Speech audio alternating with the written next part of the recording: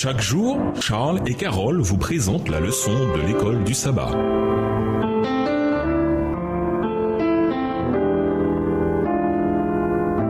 Bienvenue à votre émission Dieu nous parle.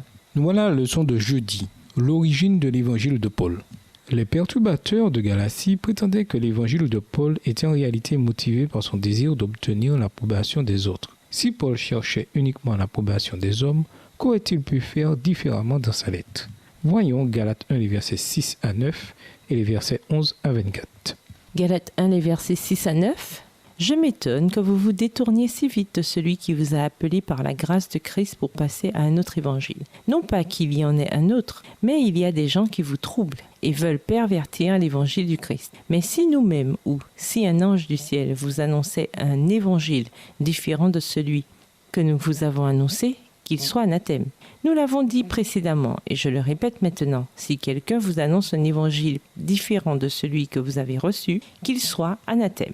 Les versets 11 à 24. Je vous déclare, frères, que l'évangile qui a été annoncé par moi n'est pas de l'homme, car moi-même je ne l'ai ni reçu ni appris d'un homme, mais par une révélation de Jésus-Christ. Vous avez en effet entendu parler de ma conduite autrefois dans le judaïsme.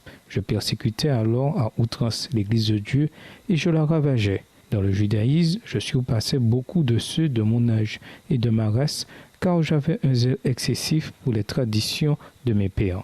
Mais quand celui qui m'avait mis à part dès le sein de ma mère et qui m'a appelé par sa grâce a trouvé bon de révéler en moi son Fils pour que je l'annonce parmi les païens. Aussitôt, je n'ai consulté ni la chair ni le sang, et je ne suis pas monté à Jérusalem vers ceux qui furent apôtres avant moi, mais je partis pour l'Arabie, puis je revins encore à Damas.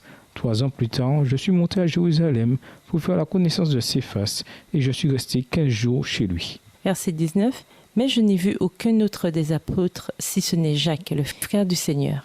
En vous écrivant cela, voici, devant Dieu je ne mens pas. Je me rendis ensuite dans les contrées de la Syrie et de la Cilicie.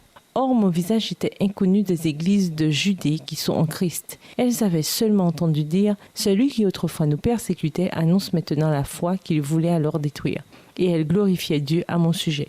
Pourquoi Paul n'a-t-il pas exigé des gentils convertis qu'ils se fassent circoncire? Ses adversaires prétendaient que Paul cherchait des conversions à tout prix.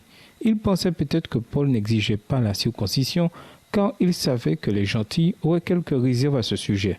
Un vrai béni oui-oui en somme. En réponse à de telles accusations, Paul renvoie ses adversaires aux paroles énergiques qu'il vient d'écrire au versets 8 et 9. Si Paul ne recherchait que l'approbation, il aurait de toute évidence répondu d'une autre manière. Pourquoi Paul dit-il qu'il est impossible d'être un disciple de Christ tout en cherchant à plaire aux gens? Après avoir déclaré au verset 11 et 12 qu'il a reçu son évangile et son autorité directement de Dieu, comment Paul prouve-t-il ses dires au verset 13 à 24? Galates 1, verset 13 à 24.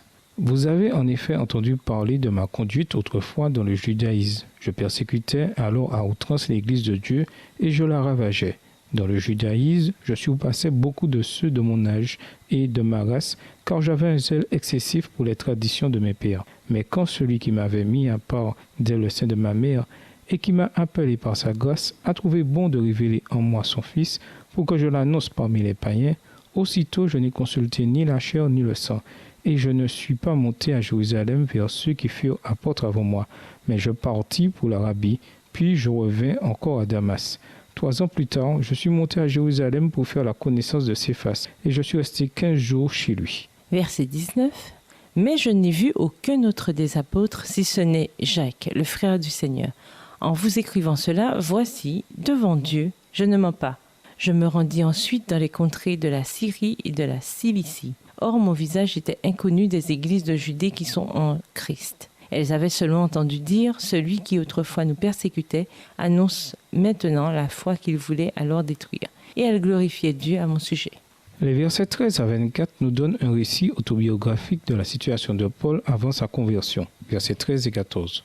Au moment de sa conversion, versets 15 et 16, et après, versets 16 à 24, Paul affirme que les circonstances entourant chacun de ces événements empêchent quiconque de prétendre qu'il a reçu son évangile de quelqu'un d'autre que Dieu. Paul ne va pas rester là sans rien dire pendant que l'on dénigre son message en remettant en question son élection. Il sait ce qui lui est arrivé, il sait ce qu'il a été appelé à enseigner et il va le faire quel que soit le prix à payer. Jusqu'à quel point êtes-vous sûr de votre élection en Christ? Comment savoir de manière certaine ce que Dieu vous a appelé à faire? En même temps, même si vous êtes sûr de votre élection, pourquoi devez-vous apprendre à écouter les conseils des autres? Et nous vous laissons avec cette question de réflexion. Quel comportement chrétien résulte des normes culturelles et des préjugés personnels et, par conséquent, ne sont pas fondés sur la Bible? Au revoir. Et à demain si Dieu veut. Dieu nous parle. Chaque jour, Charles et Carole vous présentent la leçon de l'école du sabbat.